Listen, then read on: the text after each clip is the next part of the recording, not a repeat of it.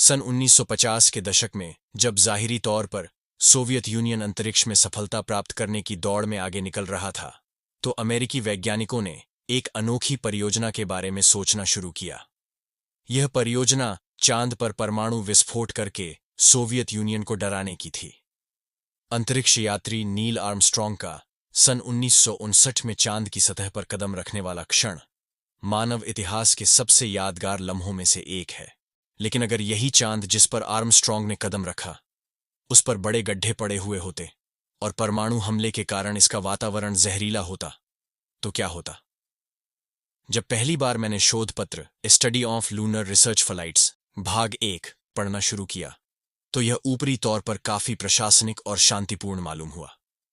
यह ऐसा शोध पत्र था जिसे आप शीर्षक पढ़ने के बाद आसानी से नजरअंदाज कर सकते थे, और शायद लिखने वाले भी यही चाहते थे। लेकिन जब आप उसके मुखपृष्ठ पर बनी तस्वीर देखते हैं तो स्थिति अलग हो जाती है।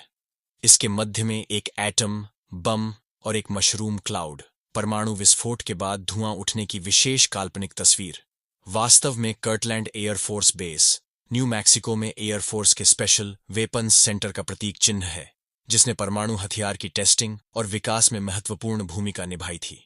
इसके नीचे लेखक का नाम है एल रीफेल या लेनर्ड रैफेल, जो अमेरिका के लोकप्रिय परमाणु वैज्ञानिक माने जाते हैं। इस भौतिक विज्ञानी ने एनरिको फर्मी के साथ काम किया था, जिन्होंने दुनिया का पहला न्यूक्लियर रिएक्टर बनाया था। एनरिको फर्मी न्यूक्लियर बम के जनक माने जाते हैं। प्रोजेक्ट A119 के नाम से बनी इस परियोजना में यह प्रस्ताव टॉप सीक्रेट यानी बेहद खुफिया राज के तौर पर पेश किया गया था। इसके तहत चांद पर हाइड्रोजन बम गिराने के बारे में परियोजना पेश की गई थी। ध्यान रहे कि हाइड्रोजन बमों को उस परमाणु बम से कहीं अधिक विनाशकारी समझा जाता है जो सन 1945 में हिरोशिमा पर गिराया गया था, और उस समय यह न्यूक्लियर डिजाइन के हिसाब से आधुनिकतम था।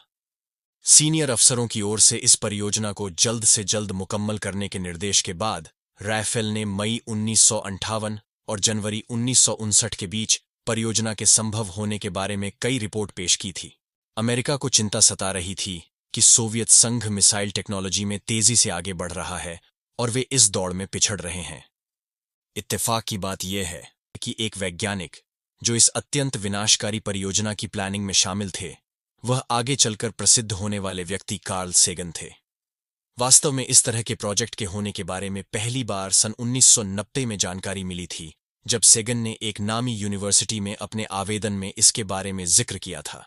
एक और इस परियोजना के जरिए चांद के बारे में कुछ बुनियादी सवालों का जवाब प्राप्त करना मकसद था, तो दूसरी ओर प्रोजेक्ट A119 का असली उद्देश्य शक्ति प्रदर्शन करना था।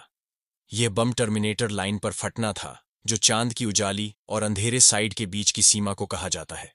इसका मकसद रोशनी की एक ऐसी तेज चमक पैदा करना था जो बिना किसी उपकरण इंसानी आंख से कहीं से भी, और खासकर रूस में, नजर आ सके। वहां वातावरण की अनुपस्थिति के कारण मशरूम क्लाउड बनाने की संभावना नहीं थी। इस अत्यंत भयावह परियोजना को पेश करने की शायद एक ही वजह समझ में आती है, और वह उस समय के रूस से बेहतर न करने के कारण उपजी असुरक्षा और बेचैनी थी। सन 1950 में ऐसा लग नहीं रहा था कि अमेरिका शीत युद्ध जीत रहा है। अमेरिका में राजनीतिक और आम राय यही थी कि सोवियत यूनियन परमाणु हथियार बनाने में अमेरिका से आगे है, विशेषकर उसके परमाणु हथियारों का विकास, परमाणु बमों और मिसाइलों की संख्या अमेरिका से कहीं अधिक थी। सन 1952 में अमेरिका ने पहले हाइड्रोजन बम का प्रयोग किया था। 3 साल बाद सोवियत यूनियन ने वॉशिंगटन को अपने हाइड्रोजन बम के प्रयोग से हैरान कर दिया। सन 1957 में सोवियत यूनियन ने अंतरिक्ष की दौड़ में वर्चस्व प्राप्त करते हुए स्पुतनिक एक लॉन्च किया था, जो पृथ्वी के चारों ओर चक्कर लगाने वाला पहला कृत्रिम उपग्रह था।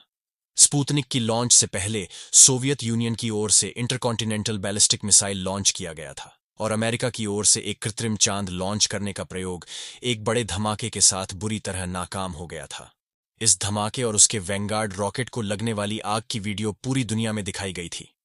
उस समय एक ब्रिटानी न्यूज रील में कही गई बात चुभने वाली थी: द वैंगार्ड नाकाम हो गया।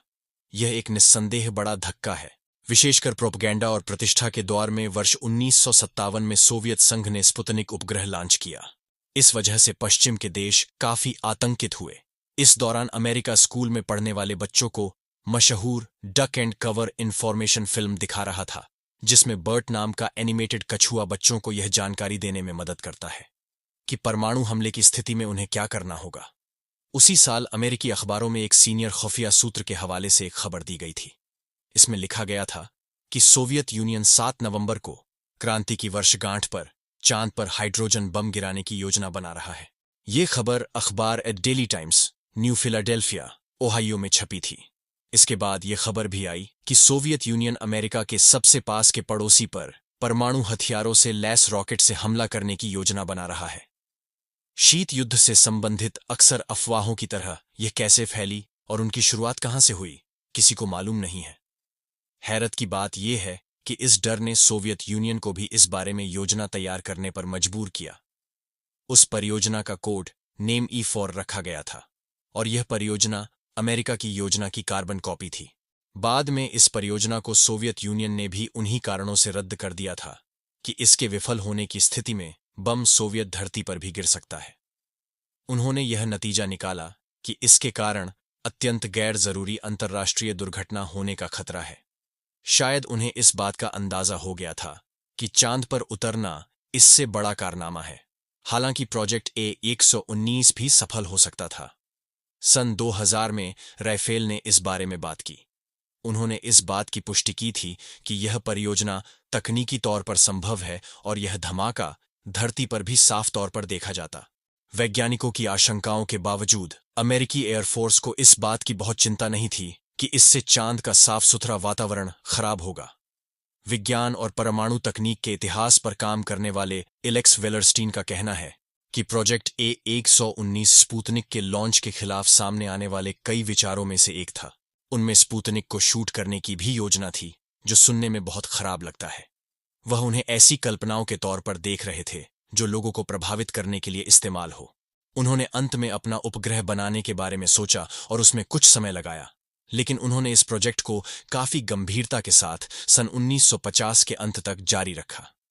यह आपको उस समय के अमेरिकी विचारों के बारे में जानने में मदद करता है। यह वास्तव में एक ऐसी चीज बनाने की कोशिश करना था जो प्रभावशाली हो। मेरे विचार में यह मामला न केवल प्रभावशाली बल्कि डर पैदा करने वाला भी था। वह कहते हैं, जो भी उन भूमिकाओं में होता है वह आमतौर पर अपनी मर्जी से यह काम कर रहा होता है। उन्हें यह काम करने में कोई समस्या नहीं होती। अगर उन्हें डर होता तो वह लाखों दूसरे काम भी कर सकते थे। कई वैज्ञानिकों ने शीत युद्ध के दौरान वैसा किया और फिर कहा कि भौतिकी बहुत अधिक राजनीतिक हो गई है। अमेरिका ने वर्ष 1957 में अपना उपग्रह स्पेस में पहुंचाने की कोशिश की, लेकिन इसे ले जाने वाला वैनगार्ड रॉकेट लॉन्च होते ही उड़ गया। लेकिन इस रवैये पर वियतनाम युद्ध तक अधिक आत्मनिरीक्षण किया गया होगा। अंतरिक्ष की पृष्ठभूमि में अंतर्राष्ट्रीय संबंधों के बारे में बात करते हुए ब्लेडेन बोवेन कहते हैं, प्रोजेक्ट A119 मुझे कार्टून द सिम्पसन्स की उस कड़ी की ओर ध्यान दिलाता है जिसमें लीसा नेल्सन के कमरे की दीवार पर न्यूक द व्हेल्स पोस्टर देखती है और इस पर वह कहती है कि आपको किसी चीज पर परमाणु बम गिराना है। बोवेन कहते हैं, ये काफी गंभीर अध्ययन थे, लेकिन उन्हें जरूरी फंडिंग नहीं मिली, न ही उन पर उतना ध्यान दिया गया। तब उन्होंने अंतरिक्ष अध्ययन से किनारा कर लिया। यह सन 1950 के अंत और सन 1960 की शुरुआत में अंतरिक्ष से संबंधित एक पागलपन का दौर था, क्योंकि उस समय किसी को यह नहीं पता था कि अंतरिक्ष युग का भविष्य क्या होगा।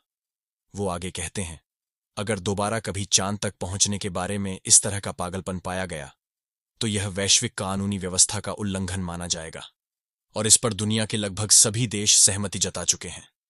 अंतर्राष्ट्रीय सहमति के बावजूद क्या इस तरह की परियोजनाएं दोबारा सामने आ सकती हैं? बोवेन कहते हैं, मैंने इस तरह की कुछ बातें सुनी हैं, जैसे पेंटागन आदि से, जिनमें अमेरिकी स्पेस फोर्स के मिशनों का जायजा लेने की बात कही गई है ताकि चांद के वातावरण पर शोध किया जा सके।